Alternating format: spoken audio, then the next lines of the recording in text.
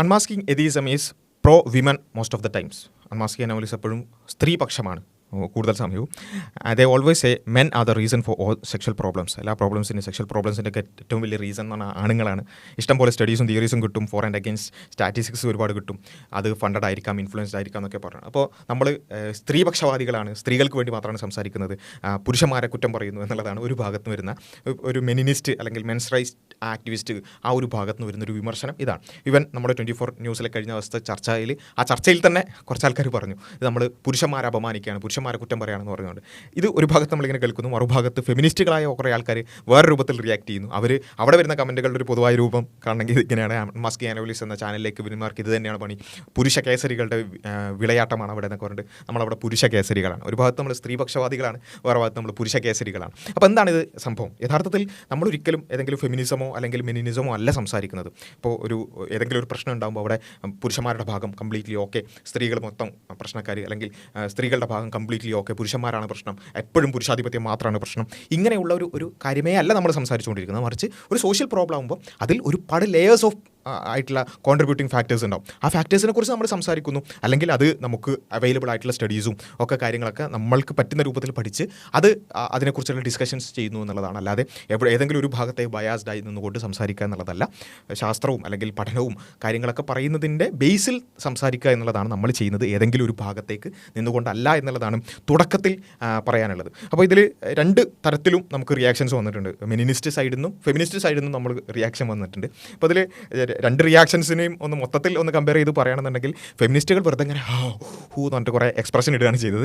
അതിനെ കമ്പയർ ചെയ്യുമ്പോൾ മെനിനിസ്റ്റ് സൈഡിൽ നിന്ന് വന്നിട്ടുള്ള അല്ലെങ്കിൽ മെൻസ് റൈറ്റ് ആക്ടിവിസ്റ്റുകളുടെ സൈഡിൽ നിന്ന് വന്നിട്ടുള്ള റിയാക്ഷൻസ് കുറച്ചും കൂടിയൊക്കെ ഒരു നിലവാരമുണ്ട്. കാരണം അവർ അറ്റ്ലീസ്റ്റ് നമ്മൾ ഉദ്ധരിച്ച സ്റ്റഡീസൊക്കെ ഒന്ന് പരിശോധിക്കുകയും അതിനെക്കുറിച്ചുള്ള കൗണ്ടറുകൾ പറയാൻ ശ്രമിക്കുകയൊക്കെ ചെയ്യുന്നുണ്ട്. നമുക്കത് പരിശോധിച്ച് നോക്കാം. അപ്പോൾ ഏതായാലും ആ ഒരു കാര്യത്തിൽ അത് അപ്രീഷിയേറ്റ് ചെയ്തേ മതിയാവുള്ളൂ, അക്നോളജ് ചെയ്യുന്നു. പക്ഷേ എന്നാൽ പോലും നമ്മൾ പറഞ്ഞത് എന്താണ് എന്ന് മനസ്സിലാക്കാതെയോ അല്ലെങ്കിൽ അത് തെറ്റിദ്ധരിച്ചുകൊണ്ടോ ആണ് റിയാക്ട് ചെയ്തിട്ടുള്ളത് എന്നുള്ളതാണ് തുടക്കത്തിൽ പറയാനുള്ളത്. ഓക്കെ, അപ്പോൾ എന്തായാലും എന്താണ് വന്നിട്ടുള്ള വിമർശനങ്ങൾ എന്നുള്ളതാണ് നമ്മളവിടെ ഉദ്ധരിച്ചിട്ടുള്ളത്. സെക്ഷൽ ഫ്രസ്ട്രേഷൻ അഗ്രഷൻ തിയറി എന്ന് പറയുന്ന ഒരുപാട്, നിങ്ങൾക്ക് ആർക്കും പരിശോധിച്ച് നോക്കണം, ഒരുപാട് അത്തരത്തിൽ ആ വിഷയത്തിൽ ഒരുപാട് പഠനങ്ങൾ നടന്നിട്ടുള്ള, ഇപ്പോഴും നടന്നുകൊണ്ടിരിക്കുന്ന 2026 ഏറ്റവും ലേറ്റസ്റ്റ് സ്റ്റഡീസ് അടക്കം നമുക്ക് കാണാൻ സാധിക്കും.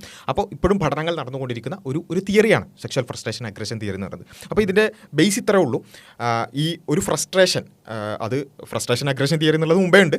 അതിൻ്റെ ഒരു സെക്ഷൽ ഫ്രസ്ട്രേഷൻ അത് പല രൂപത്തിൽ വരുമ്പോൾ അത് അഗ്രസീവ് ബിഹേവിയറിലേക്ക് പോവുകയും അത് പലതരത്തിൽ അത് പ്രകടിപ്പിക്കുകയും ചെയ്യും.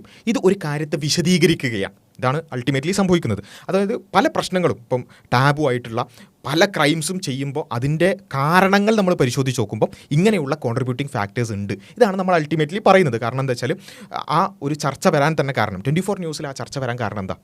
ഇത് പല ആളുകളും മനസ്സിലാക്കാതെയാണ് അത് ഏതെങ്കിലും ഒരു റീലോ അല്ലെങ്കിൽ ചെറിയ ക്ലിപ്പൊക്കെ കണ്ടിട്ട് റിയാക്ട് ചെയ്യുന്നത്. എന്താ സംഭവം? ചെറിയ വസ്ത്രധാരണത്തിൻ്റെ വിഷയമാണ് ചർച്ച ചെയ്യുന്നത്. അപ്പോൾ ചെറിയ കുട്ടികൾ അല്ലെങ്കിൽ പൂർണ്ണമായും വസ്ത്രം ധരിച്ചവർ അങ്ങനെയുള്ള ആളുകളൊക്കെ എന്ത് ചെയ്യുന്നുണ്ട്? പീഡിപ്പിക്കപ്പെടുന്നുണ്ടല്ലോ. അപ്പോൾ അവിടെ വസ്ത്രധാരണം ആണോ പ്രശ്നം എന്ന് ചോദിക്കുമ്പോൾ അവിടെ പറയാണ് വസ്ത്രധാരണം മാത്രമല്ല പ്രശ്നം. വസ്ത്രധാരണം എന്ന് പറയുന്ന ഏക കാരണം കൊണ്ട് വസ്ത്രം ധരിച്ചിട്ടില്ലെങ്കിൽ പീഡിപ്പിക്കപ്പെടുക, വസ്ത്രം നന്നായി ധരിച്ചാൽ പീഡിപ്പിക്കപ്പെടാതിരിക്കുക, അല്ലെങ്കിൽ ചെറിയ കുട്ടികളാണെങ്കിൽ പ്രായമുള്ളവരാണെങ്കിൽ പീഡിപ്പിക്കപ്പെടാതിരിക്കുക, അങ്ങനെയല്ല സംഭവം. വസ്ത്രധാരണം എന്നുള്ളത് ഒരു കോൺട്രിബ്യൂട്ടിംഗ് ഫാക്ടർ ആയിരിക്കാം, വേറെയും ഒരുപാട് കാരണങ്ങളുണ്ട്. ആ കാരണങ്ങളിൽ പെട്ട ഒന്ന് നമ്മൾ അവിടെ കോട്ട് ചെയ്യാൻ. ഇത് ഒരു അക്കാദമിക് ഡിസ്കഷൻ ഒന്നല്ല, ഏതാനും സെക്കൻഡുകൾ കിട്ടുമ്പോൾ നമ്മൾ പോയിന്റുകൾ ഇങ്ങനെ പറയാൻ, നമുക്കറിയാവുന്ന പോയിന്റുകൾ പറയാം. അപ്പോൾ അവിടെയാണ് നമ്മൾ പറയുന്നത് ഇങ്ങനെയുള്ള കാരണങ്ങളും ഉണ്ട്. ശാസ്ത്രലോകത്ത് വളരെ വിശദമായി ചർച്ച ചെയ്യപ്പെടുന്ന ഒരു കാര്യമാണ് ഈ ഫ്രസ്ട്രേഷൻ അഗ്രഷൻ തിയറി എന്ന് പറയുന്നത്. എന്ന് വെച്ചാൽ ഒരു സ്ഥലത്ത് നിന്ന് ഒരു ടാർഗറ്റിൽ നിന്ന് ഫ്രസ്ട്രേഷൻ ഉണ്ടായാൽ അവിടെ തന്നെ തീർക്കണം എന്നല്ല ഉള്ളത്, വേറെ സ്ഥലത്തേക്ക് അത് ഡിസ്പ്ലേസ്ഡ് ആയിട്ട് തീർക്കുന്ന അവസ്ഥയും ഉണ്ടാകാം. ഇത് എന്ത് ചെയ്യുന്നുണ്ട്? ഇത് നമ്മൾ പറയുമ്പോൾ അതുമാത്രമാണ് കാരണം എന്ന് വരുമോ? അതായത് വസ്ത്രധാരണം മാത്രമല്ല പ്രശ്നം, ഓക്കെ, ഇങ്ങനെയുള്ള കാരണങ്ങളും ഉണ്ടാവാം എന്ന് വെച്ചിട്ട് അത് മാത്രമാണ് കാരണം എന്നാണോ? ഒരു കുട്ടി പീഡിപ്പിക്കപ്പെടുന്നു എന്നുള്ളതുകൊണ്ട് കാരണം വേറെ എവിടെന്നെങ്കിലും ഫ്രസ്ട്രേഷൻ കിട്ടി എന്നുള്ളത് മാത്രമാണോ? അല്ല, അവിടെയും ഒരുപാട് മൾട്ടിപ്പിൾ ഫാക്ടേഴ്സ് ഉണ്ടാവാം. അതേപോലെ തന്നെ ക്രിമിനൽ മെൻറ്റാലിറ്റി, അല്ലേ, പീഡോഫിലിയക്ക് ഈ പറഞ്ഞ ഒരു ഫ്രസ്ട്രേഷനും ഇല്ലെങ്കിലും ചിലപ്പം ഈ പറഞ്ഞ ക്രിമിനലായ ആളുകൾക്ക് അത്തരം ചിന്തകളുണ്ടാവാം. നമ്മൾ പറയുന്നത് അത്രേ ഉള്ളൂ, ഒരു പ്രശ്നത്തിന് പല കാരണങ്ങളുണ്ടാകും. ആ പല കാരണങ്ങളെയെല്ലാം നമ്മൾ പരിഗണിക്കണം. ഒരു വിഷയം നമ്മൾ ചർച്ച ചെയ്യുമ്പോൾ എല്ലാത്തിനെയും പരിഗണിക്കണം. അത് പുരുഷന്മാരെ കുറ്റം പറയലോ സ്ത്രീകളെ കുറ്റം പറയലോ അല്ല, മറിച്ച് ഒരു പ്രശ്നം ഉണ്ടാകുമ്പോൾ അതിനെല്ലാത്തിനെയും പഠിക്കുന്നതിൽ എന്താണ് ഇത്ര പ്രശ്നം എന്നുള്ളതാണ് നമുക്ക് പൊതുവായി ചോദിക്കാനുള്ളത് എന്നുള്ളതാണ്. ഇനി രണ്ടാമതൊരു കാര്യം, ഒരു പ്രശ്നത്തിന് ഇന്ന കാരണങ്ങളൊക്കെ ഉണ്ട് എന്ന് പറയുന്നത് അതിനെ ന്യായീകരിക്കലാണ്. ചില ആൾക്കാർ അങ്ങനെയാണ്. ഈ ഫെമിനിസ്റ്റ് സൈഡിൽ നിന്ന് വന്ന റിയാക്ഷൻസ് കണ്ടിട്ട് എനിക്ക് സത്യം പറഞ്ഞാൽ സഹതാപം മാത്രമാണ് തോന്നിയത്. കാരണം എന്താ വെച്ചാൽ നമ്മളൊരു കാര്യത്തെ വിശദീകരിക്കാൻ വിശദീകരിക്കുമ്പോൾ അതുകൊണ്ട് അത് ന്യായീകരിക്കപ്പെടും. അതായത് കുട്ടികൾ പീഡിപ്പിക്കപ്പെടാൻ ഇന്നൊരു കാരണമുണ്ട് എന്ന് പറയുമ്പോൾ ഇങ്ങനൊരു കാരണം ഉണ്ടെന്ന് പറഞ്ഞാൽ, അല്ലെങ്കിൽ ഇങ്ങനെയാണ് അത് സംഭവിക്കുന്നതെന്ന് പറഞ്ഞാൽ അതുകൊണ്ട് കുട്ടികളെ പീഡിപ്പിക്കുന്നത് ഓക്കെയാണെന്നാണോ? അപ്പോൾ ഉദാഹരണത്തിന് നമ്മൾ പറഞ്ഞിട്ടുണ്ട്, അതായത് എലിവിഷം കഴിച്ചാൽ എങ്ങനെയാണ് മരിക്കുന്നത്, നമ്മളിങ്ങനെ അതിൻ്റെ സയൻസ് വിശദീകരിക്കുകയാണ്. വിഷം ഇന്ന സ്ഥലത്തേക്ക് പോകും, അത് ഇവിടെ പിന്നെ നെർവ്സിനെ ബാധിക്കും, ഇന്ന സ്ഥലത്തേക്ക് സംഭവിക്കും. അപ്പോൾ അത് ഇങ്ങനെ ആ സയൻസ് വിശദീകരിക്കുന്ന ഒരു വീഡിയോ ഇട്ടിട്ട് ഒരാൾ അല്ലോ എന്താ പറയുന്നത്, എലിവിഷം കൊടുത്തിട്ട് ആളുകളെ കൊല്ലാന്നല്ലേ പറയുന്നതെന്ന് പറഞ്ഞാൽ അങ്ങനെ ഉണ്ടാവും. ഇതുപോലെയാണ് ഫെമിനിസ്റ്റ് സൈഡിലുള്ള റിയാക്ഷൻസ്. വെച്ചാൽ ഒരു കുട്ടിയെ പീഡിപ്പിക്കുക എന്ന് പറയുന്ന അങ്ങേയറ്റം ക്രൂരമായ, ഒരിക്കലും ചിന്തിക്കാൻ പോലും പറ്റാത്ത പ്രശ്നം, ആ ക്രിമിനൽ ആക്ടിവിറ്റി ചെയ്യുന്നിടത്ത് പോലും അതിന് കാരണങ്ങളായി ഇന്ന വിഷയങ്ങൾ ഉണ്ടാകും എന്ന് പറയുന്നത് ആ ചെയ്യുന്ന പ്രവൃത്തി തെറ്റാണ്. അത് 100%, 1000% തെറ്റാണ്. അതിന് പല പല കാരണങ്ങളുണ്ടാവും. ആ കാരണങ്ങളിൽ ഒന്ന് ഈ പറഞ്ഞ കാരണങ്ങളടക്കം ഉണ്ടാകും. ആ കാരണങ്ങൾ ഉണ്ട് എന്നുള്ളതുകൊണ്ട് അത് ന്യായീകരിക്കപ്പെടുമോ? അത് ശരിയാവുമോ? അത് ഏതെങ്കിലും തരത്തിൽ ന്യായീകരിക്കപ്പെടുമോ? ഇല്ല. അത് 100% തെറ്റാണ്. 100% തെറ്റാണ്. അതിൻ്റെ കാരണങ്ങൾ നമ്മൾ പഠിച്ചാൽ നമുക്ക് എന്ത് ചെയ്യാൻ പറ്റും? അത് എലിമിനേറ്റ് ചെയ്യാൻ പറ്റുന്ന കാര്യങ്ങൾ നമ്മൾ എലിമിനേറ്റ് ചെയ്യാൻ പറ്റും. ഇത്രയേ ഉള്ളൂ സംഭവം. അപ്പോൾ അതിനെയാണ് ഈ രൂപത്തിൽ റിയാക്ട് ചെയ്യുന്നത് എന്നുള്ളതാണ് വളരെ രസകരമായൊരു കാര്യം. ഫെമിനിസ്റ്റ് സൈഡിൽ നിന്നുള്ള റിയാക്ഷൻസ് കണ്ടിട്ട് സത്യം പറഞ്ഞാൽ സാധാരണ മാത്രമാണ് തോന്നിയത്. അപ്പോൾ ഇനി നമുക്കതൊന്ന് പരിശോധിച്ച് നോക്കാം. ഫെമിനിസ്റ്റ് സൈഡിൽ നിന്ന് വന്നിട്ടുള്ള റിയാക്ഷൻസ് ആദ്യം നമുക്കൊന്ന് കേൾക്കാം. പെൺകുട്ടികളെ ആൺകുട്ടികളുടെ ഡ്രസ്സ് നോക്ക്, പെൺകുട്ടികളുടെ ഡ്രസ്സ് മോർ റിവീലിംഗ് ആയിരിക്കും. അത് അങ്ങനെ വരുന്നുള്ളൂ. നിങ്ങൾ ആരുവാണെങ്കിലും എക്സ്പെരിമെന്റ് ചെയ്ത് നോക്കുക. ഈ ചെറുപ്പം തൊട്ട് ഈ പെൺകുട്ടികളെ റിവീലിംഗ് ഡ്രസ്സ് ധരിച്ചിട്ടാണ് വളർന്നു വരുന്നത്. അത് അങ്ങനെയാണ്. അപ്പൊ ആരാണ് ഇത് ഡിസൈൻ ചെയ്യുന്നത്? അത് പാട്രിയാർക്കിയാണ്.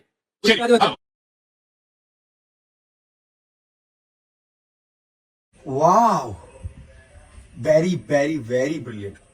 നിങ്ങൾക്ക് ഇതൊരു അടിപൊളി ടാക്ടിക്സ് ആണ്. നിങ്ങൾക്ക് സ്ത്രീകൾക്ക് ഇഷ്ടപ്പെടാത്ത ഒരു സ്റ്റേറ്റ്മെന്റ് പറയണം, അല്ലെങ്കിൽ ഒരു കാര്യം പറയണം എന്നുണ്ടെങ്കിൽ എപ്പോഴും ചെയ്തൊരു കാര്യം എന്താന്ന് പറഞ്ഞു കഴിഞ്ഞാൽ, പറഞ്ഞു കഴിഞ്ഞിട്ട് അതിന്റെ ഉത്തരവാദിത്തം പേട്രിയാർക്കി എന്ന് പറയുന്ന സാധനത്തിന്റെ മണ്ടയിൽ കൊണ്ടുപോയി ഇടുക. അപ്പൊ ഫെമിനിസ്റ്റുകൾ അത് ചോദ്യം ചെയ്യില്ല. Very very very brilliant move. അപ്പോൾ ഇതിൽ അദ്ദേഹം പറയുന്നത് വെച്ചാൽ നമ്മൾ പാട്രിയാർക്കിയാണ് കേൾക്കുക. ഇത് ഈ ചർച്ച ഫുള്ളായിട്ട് കണ്ടിട്ടുണ്ടെങ്കിൽ കൃത്യമായിട്ട് മനസ്സിലാവും നമ്മളവിടെ എന്താ ചെയ്യുന്നത്. നമ്മൾ എല്ലാ പ്രശ്നങ്ങളുടെയും കാരണം പാട്രിയാർക്കിയാണെന്നുള്ള ആ ഫെമിനിസ്റ്റ് നറേറ്റീവ് അതേപോലെ പറയണോ? അല്ല.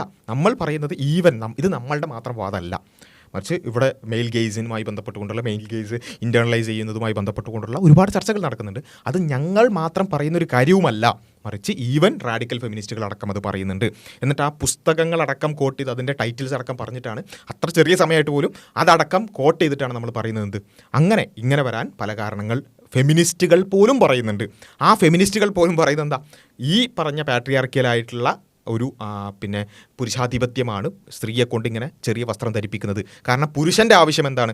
ഈ സ്ത്രീയുടെ നഗ്നത കാണലാണ്, അല്ലെങ്കിൽ ആ രൂപത്തിൽ അവളെ ആസ്വദിക്കലാണ്. അത് പുരുഷൻ്റെ ആവശ്യമാണ്. ആ പുരുഷാധിപത്യം നടപ്പിലാക്കപ്പെടുകയാണെന്ത്? മാർക്കറ്റിലൂടെ. ഇതാണ് പറയുന്നത്. ഇത് നമ്മൾ ഒരു വിഭാഗത്തോട് സംസാരിക്കുമ്പോൾ അവർ പോലും അംഗീകരിക്കുന്ന കാര്യങ്ങൾ ഉദ്ധരിച്ചുകൊണ്ട് സംസാരിക്കും, അല്ലേ? അല്ലെങ്കിൽ അവരുടെ ഭാഷയിൽ അവരുടെ ടെർമിനോളജികൾ ഉപയോഗിച്ച് സംസാരിക്കും. അതുതന്നെയാണ് ഇവിടെ ചെയ്തിട്ടുള്ളത്.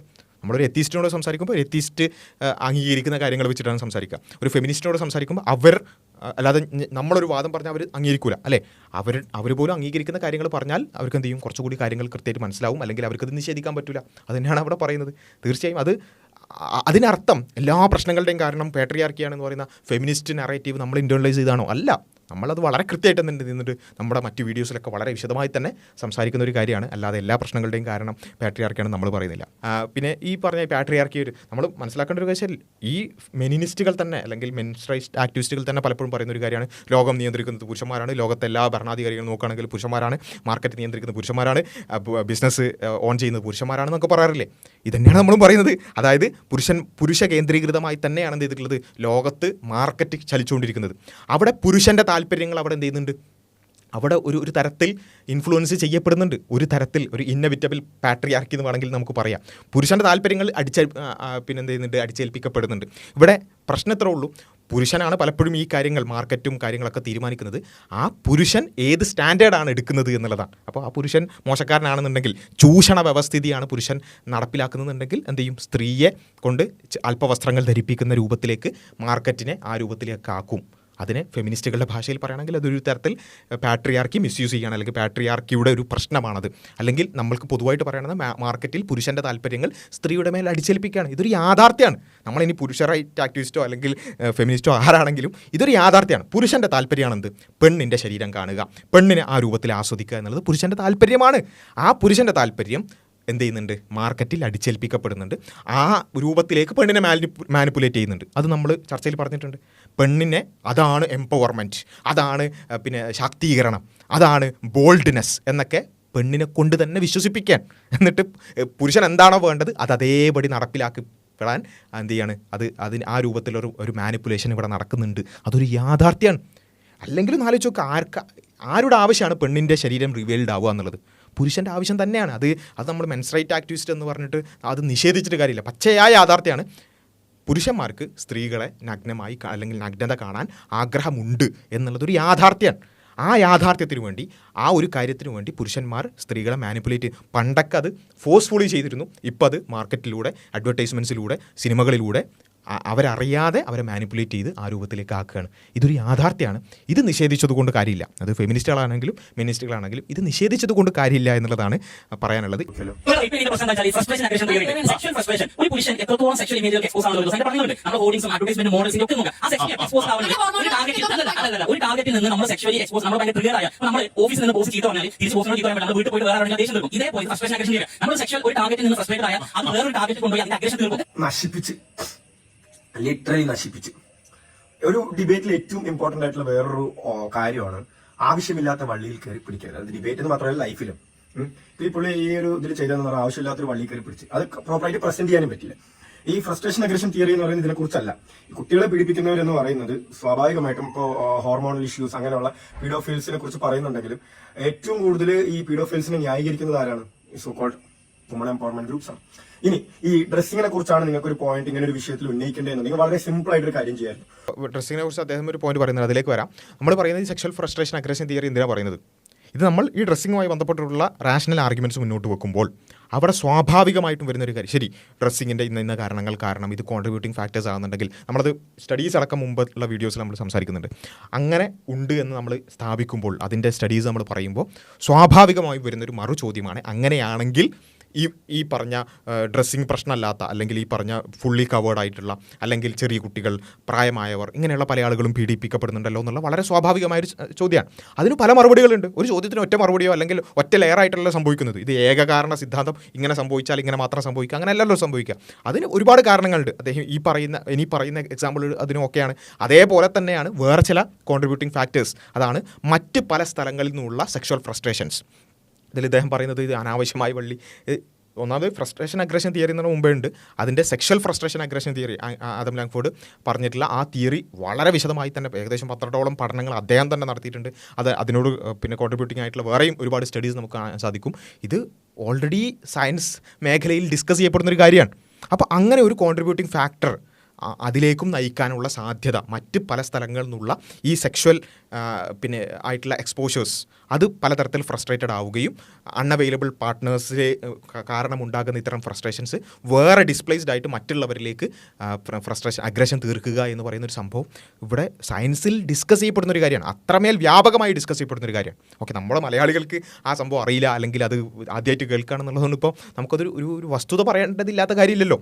അത് കൂടുതൽ പഠിക്കട്ടെ. ഇപ്പോൾ എന്തായാലും ചർച്ച ആയിട്ടുണ്ട്, എല്ലാവരും പഠിക്കട്ടെ, എല്ലാവരും ആ പേപ്പേഴ്സൊക്കെ ഒന്ന് വായിച്ചു നോക്കട്ടെ, എന്താണ് സംഭവം എന്നുള്ളത് മനസ്സിലാക്കട്ടെ. അത്രേ ഉള്ളൂ സംഭവം. അപ്പോൾ ഇതൊരു കാരണമാണ്. ഇതല്ലാതെ മറ്റു തരത്തിലും അതിനെ വിശദീകരിക്കാം. അദ്ദേഹം പറയട്ടെ, അദ്ദേഹം പറയുന്നതും ഓക്കെയാണ്. വീട്, ഈ ഫ്രസ്ട്രേഷൻ അഗ്രഷൻ തിയറി ഒക്കെ പറയുന്നതിന് മുമ്പ് സ്വാഭാവിക മനുഷ്യന്മാർക്ക് മനസ്സിലാവുന്ന ഒരു വീട് എക്സാമ്പിൾ ആയിട്ട് കാണിക്കാം. നമ്മുടെ ഒരു വീട് അടച്ചു പൂട്ടിയിട്ട് പോകുന്നുണ്ട്. നമ്മുടെ വീട് തുറന്നിട്ട വീടുകളിൽ മോഷണം നടക്കുന്നുണ്ട്, അടച്ചിട്ട വീടുകളിൽ മോഷണം നടക്കുന്നുണ്ട്. എന്ന് വെച്ച് നമ്മള് ഒരു വീട് തുറന്നിട്ട് പോകും? ഇല്ല, വീട് അടച്ചിട്ട് പോകും. തുറന്നിട്ട് പോയിട്ട് മോഷണം നടന്നു എന്ന് പറഞ്ഞാൽ പറയാം, അടച്ചിട്ട് വീട്ടിൽ മോഷണം നടന്നിട്ടുണ്ടല്ലോ എന്ന് പറയാം. അതല്ല അവിടെ കാര്യം. നമ്മൾ ഓൾവേസ് ബി പ്രിക്കോഷ്യസ്. പിന്നെ ഇത് പറയണമെന്നായിരുന്നു അദ്ദേഹം പറയുന്നത്. ഇത് നമ്മൾ പറഞ്ഞിട്ടുണ്ട്. വീടിൻ്റെ എക്സാമ്പിൾ അല്ല, വേറൊരു എക്സാമ്പിൾ പറഞ്ഞു, ഹെൽമെറ്റുമായി ബന്ധപ്പെട്ടുകൊണ്ടല്ലേ, പ്രിക്കോഷൻ എന്നുള്ളതിനെ വിശദീകരിക്കാൻ അദ്ദേഹം വീടിൻ്റെ എക്സാമ്പിൾ പറഞ്ഞു, വീട് പൂട്ടുന്ന എക്സാമ്പിൾ പറഞ്ഞു. നമ്മളിവിടെ ഹെൽമെറ്റിൻ്റെ ഉദാഹരണം പറഞ്ഞിട്ടുണ്ട്. ഹെൽമെറ്റ് ധരിച്ചാൽ ആക്സിഡൻറ്റിൽ പരിക്ക് പറ്റുന്നത് കുറക്കാൻ സാധിക്കും എന്ന് പറയുമ്പം പിന്നെ എന്താ പറയുക, ഹെൽമെറ്റ് ഇട്ടവർക്കും പരിക്ക് പറ്റുന്നില്ലെന്ന് ചോദിച്ചാൽ എന്താ പറയുക, ഉണ്ട്, പക്ഷേ നമുക്ക് എടുക്കാൻ പറ്റുന്നൊരു പ്രിക്കോഷനാണത് എന്ന് നമ്മൾ പറയും അല്ലേ. അത്രേ ഉള്ളൂ സംഭവം. അപ്പോൾ ആ എക്സാമ്പിൾ അവിടെ പറഞ്ഞിട്ടുണ്ട്. അതൊരു ഒരു വിശദീകരണമാണ്, അല്ലെങ്കിൽ ഒരു ലെയറാണ്. വേറെ ലെയറിൽ ഈ പറഞ്ഞ മറ്റ് സ്ഥലങ്ങളിൽ നിന്നുള്ള ഈ എക്സ്പോഷേഴ്സ്, സെക്ഷലി എക്സ്പ്ലിസിറ്റ് ആയിട്ടുള്ള എക്സ്പോഷേഴ്സ് അഗ്രഷനിലേക്ക് നയിക്കുന്ന കാര്യവും നമുക്ക് പറയണം. അതും ഒരു യാഥാർത്ഥ്യമാണ്. എന്തിനാണ് നമ്മൾ യാഥാർത്ഥ്യങ്ങൾ നിഷേധിക്കുന്നത്? ഇത് മാത്രമാണ് നമ്മൾ ചോദിക്കുന്നത്. അല്ലെങ്കിൽ അത് പറയാതിരിക്കേണ്ടത് കാര്യമുള്ളത്. ആളുകൾ മനസ്സിലാക്കട്ടെ. ഇപ്പോൾ ഇത്തരം ചർച്ചകൾ ഭയങ്കര അക്കാദമിക് ഡിസ്കഷൻ ഒന്നല്ലല്ലോ. അതിൽ കംപ്ലീറ്റ്ലി ഓരോ പേപ്പർ എടുത്തിട്ട് ഡിസ്കസ് ചെയ്യുക, അതാണെങ്കിലാവാം, ഒരു പ്രശ്നമില്ല.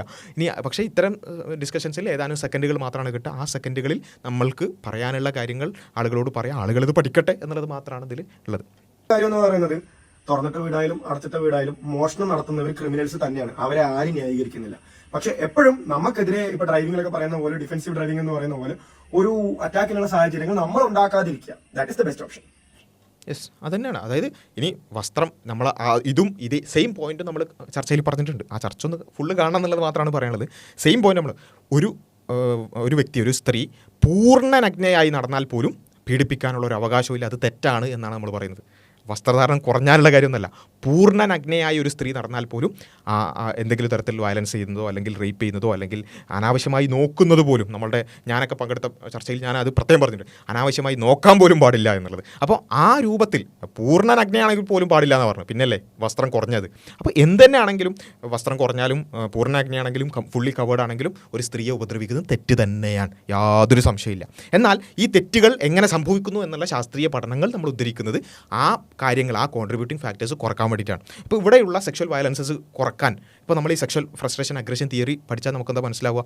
അനാവശ്യമായ ഈ പറഞ്ഞ സെക്ഷലി എക്സ്പ്ലിസിറ്റ് ആയിട്ടുള്ള ഇത്തരം ഫോട്ടോസും വീഡിയോസും അതൊക്കെ കാണുന്നത് കുറക്കുക, അല്ലെങ്കിൽ അത് വ്യാപകമാകുന്നത് കുറക്കുക എന്നുള്ളത് നമുക്ക് സൊസൈറ്റിയിൽ ഇംപ്ലിമെൻറ്റ് ചെയ്യാൻ പറ്റുന്ന ഒരു കാര്യമാണ്.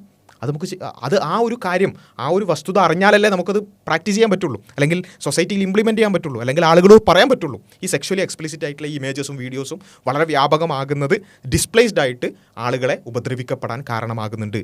ക്രിമിനൽസ് അത് അങ്ങനെ ഉണ്ടായി വരാൻ സാധ്യതയുണ്ട് എന്ന് നമ്മൾ പറയുന്നത് ആ ക്രിമിനൽസ് ചെയ്യുന്നതിന് ന്യായീകരിക്കല്ല, മറിച്ച് ക്രിമിനൽസ് ചെയ്യാൻ ഇന്ന ഒരു കാരണം അവിടെ ഈ ശാസ്ത്രീയമായി പഠിച്ചാൽ നമുക്ക് മനസ്സിലാവുന്നുണ്ട്. ആ കാരണത്തെ നമ്മൾ എലിമിനേറ്റ് ചെയ്താൽ കുറച്ചെങ്കിലും നമുക്ക് കുറക്കാൻ സാധിക്കും എന്നുള്ളതാണ് നമ്മൾ പറയുന്നത്. ഇവിടെ എനിക്ക് മനസ്സിലായത്, അദ്ദേഹം ഫയാസ് നമുക്ക് അറിയുന്നൊരു വ്യക്തി കൂടിയാണ്. അദ്ദേഹം നമ്മൾ പറഞ്ഞ കാര്യത്തെ തെറ്റായി മനസ്സിലാക്കിയെന്നാണ് ഞാൻ പിന്നെ മനസ്സിലാക്കുന്നത്. ഇപ്പോൾ അദ്ദേഹത്തിൻ്റെ കമൻറ്റിൽ ഒരാൾ പറഞ്ഞിട്ടുണ്ട് ഈ കാര്യം, അതായത് ഇവിടെ ഫ്രസ്ട്രേഷൻ അഗ്രഷൻ തിയറി മാത്രമാണ് കുട്ടികളെ പീഡിപ്പിക്കാനുള്ള റീസൺ എന്ന് ആരും പറയുന്നതായി തോന്നിയില്ല. റിവീലിംഗ് ഡ്രസ്സ് ആണ് ടോപ്പിക്ക്. സോ അങ്ങനെയും കോൺട്രിബ്യൂട്ട് ചെയ്യാം. കുട്ടികൾക്ക് ഏജ് ആയവർക്ക് ശരീരം മുഴുവൻ മറിച്ച് വസ്ത്രം ധരിച്ചവരെ പോലും എങ്ങനെ ബാധിക്കുമെന്നാണ് പറയുന്നത് എന്നുള്ളത് നമ്മൾ ഉദ്ദേശിച്ച കാര്യം അവിടെ കമൻറ്റ് ചെയ്തപ്പോൾ അദ്ദേഹം അതിന് മറുപടി കൊടുത്തത് പുള്ളി അങ്ങനെയാണ് പറയുന്നത്, ആ ചർച്ച ഞാൻ കണ്ടതാണ്. അപ്പോൾ ഇത് മാത്രമാണ് ഈ ഫ്രസ്ട്രേഷൻ അഗ്രഷൻ തിയറി എന്ന് പറയുന്ന ആ ഫ്രസ്ട്രേഷൻ ഡിസ്പ്ലേസ്ഡ് ആയിട്ട് അഗ്രഷനിലേക്ക് നയിക്കുന്നു എന്ന കാര്യം മാത്രമാണ് കാരണം എന്ന് നമ്മൾ പറഞ്ഞു എന്നാണ് അദ്ദേഹം മനസ്സിലാക്കിയിട്ടുള്ളത്. അത് തെറ്റിദ്ധാരണയാണ്. ഒരിക്കലും നമ്മൾ അതല്ല പറഞ്ഞത്. അതല്ലാത്ത മറ്റു വിശദീകരണങ്ങളൊക്കെ എന്ത് ചെയ്തിട്ടുണ്ട്, നമ്മുടെ ചർച്ചയിൽ പറഞ്ഞിട്ടുണ്ട്. അതിൻ്റെ കൂടെ എന്തൊക്കെ തന്നെയായാലും ഇനി ഒന്നുമിടാതെ ഒരു പെണ്ണ് നടന്നാൽ പോലും അനാവശ്യമായി നോക്കാൻ പോലും പാടില്ല എന്നുള്ളതും അവിടെ പുരുഷനാണ് തെറ്റുകാരൻ എന്നുള്ളതും നമ്മൾ എന്ത് ചെയ്തിട്ടുണ്ട്, കൃത്യമായി പറഞ്ഞിട്ടുണ്ട്. അപ്പോൾ ഇത് വളരെ കൃത്യമായിട്ട് ഇത് നമ്മൾ എന്താണ് പറഞ്ഞതെന്ന് മനസ്സിലാക്കാതെയുള്ള റിയാക്ഷൻസ് ആയിട്ടാണ്. പിന്നെ ഫെമിനിസ്റ്റ് സൈഡിൽ നിന്ന് ഒബ്വിയസ്ലി അങ്ങനെ വന്നിട്ടുള്ളൂ. 24 ന്യൂസിൽ ഒരു ചർച്ച ഉണ്ടായിരുന്നു ഈ സ്ത്രീകളുടെ വസ്ത്രധാരണത്തിനെ കുറിച്ചിട്ട്. അപ്പൊ അതിൽ അൺമാസ്കിംഗ് അനോമലീസിലെ അമീർ എന്ന് പറയുന്ന ആൾ പങ്കെടുത്തിട്ടുണ്ടായിരുന്നു. അതിനോട് കീർത്തന എന്ന് പറഞ്ഞൊരു പെൺകുട്ടി ചോദിച്ചു കുട്ടികൾക്കെതിരെ ലൈംഗിക അതിക്രമം നടക്കുന്നതും വയസ്സായവർക്കെതിരെ ലൈംഗിക അതിക്രമം നടക്കുന്നതിനെ കുറിച്ചിട്ട്. അപ്പോൾ പുള്ളി അതിനൊരു ന്യായീകരണം പോലെ, ന്യായീകരണം അല്ല എന്ന് പുള്ളി ഇപ്പോൾ പറയുന്നു. പക്ഷേ ആ ഒരു മൊമെന്റിൽ അതിനുള്ള ഇവിടെയും വീണ്ടും ന്യായീകരണം എന്നാണ് പറയുന്നത്. എങ്ങനെയാണ് ഒരു കുട്ടികൾക്കെതിരെയുള്ള വയലൻസ് ആർക്കെങ്കിലും ന്യായീകരിക്കാൻ പറ്റുക? അങ്ങനെ ന്യായീകരിച്ച ആർക്കെങ്കിലും നമ്മൾ UN ഭാഗം എന്ന് പറഞ്ഞാൽ ഏതെങ്കിലും ഒരു മനുഷ്യനത് പറ്റുമോ? കുട്ടികൾക്കെതിരെയുള്ള വയലൻസ് ആര് ന്യായീകരിച്ചു? നമ്മൾ ആ ചർച്ചയിൽ ഒരു ഏകദേശം എൻ്റെ ഓർമ്മ ശരിയാണെങ്കിൽ ഒരു 5 തവണയെങ്കിലും, അതിനേക്കാൾ കൂടുതൽ തവണ പറഞ്ഞിട്ടുണ്ട്, കട്ട് ചെയ്ത് പോയതുകൊണ്ടാണ് 5 തവണയെങ്കിലും നമ്മൾ പറഞ്ഞിട്ടുണ്ട് എന്ത് തന്നെയാണെങ്കിലും ചെയ്യുന്ന തെറ്റാണ്. പിന്നെ ചെയ്യുന്നത് തെറ്റാണ് എന്ന് പറഞ്ഞാൽ പിന്നെ എങ്ങനെ അത് ന്യായീകരണമാവുക?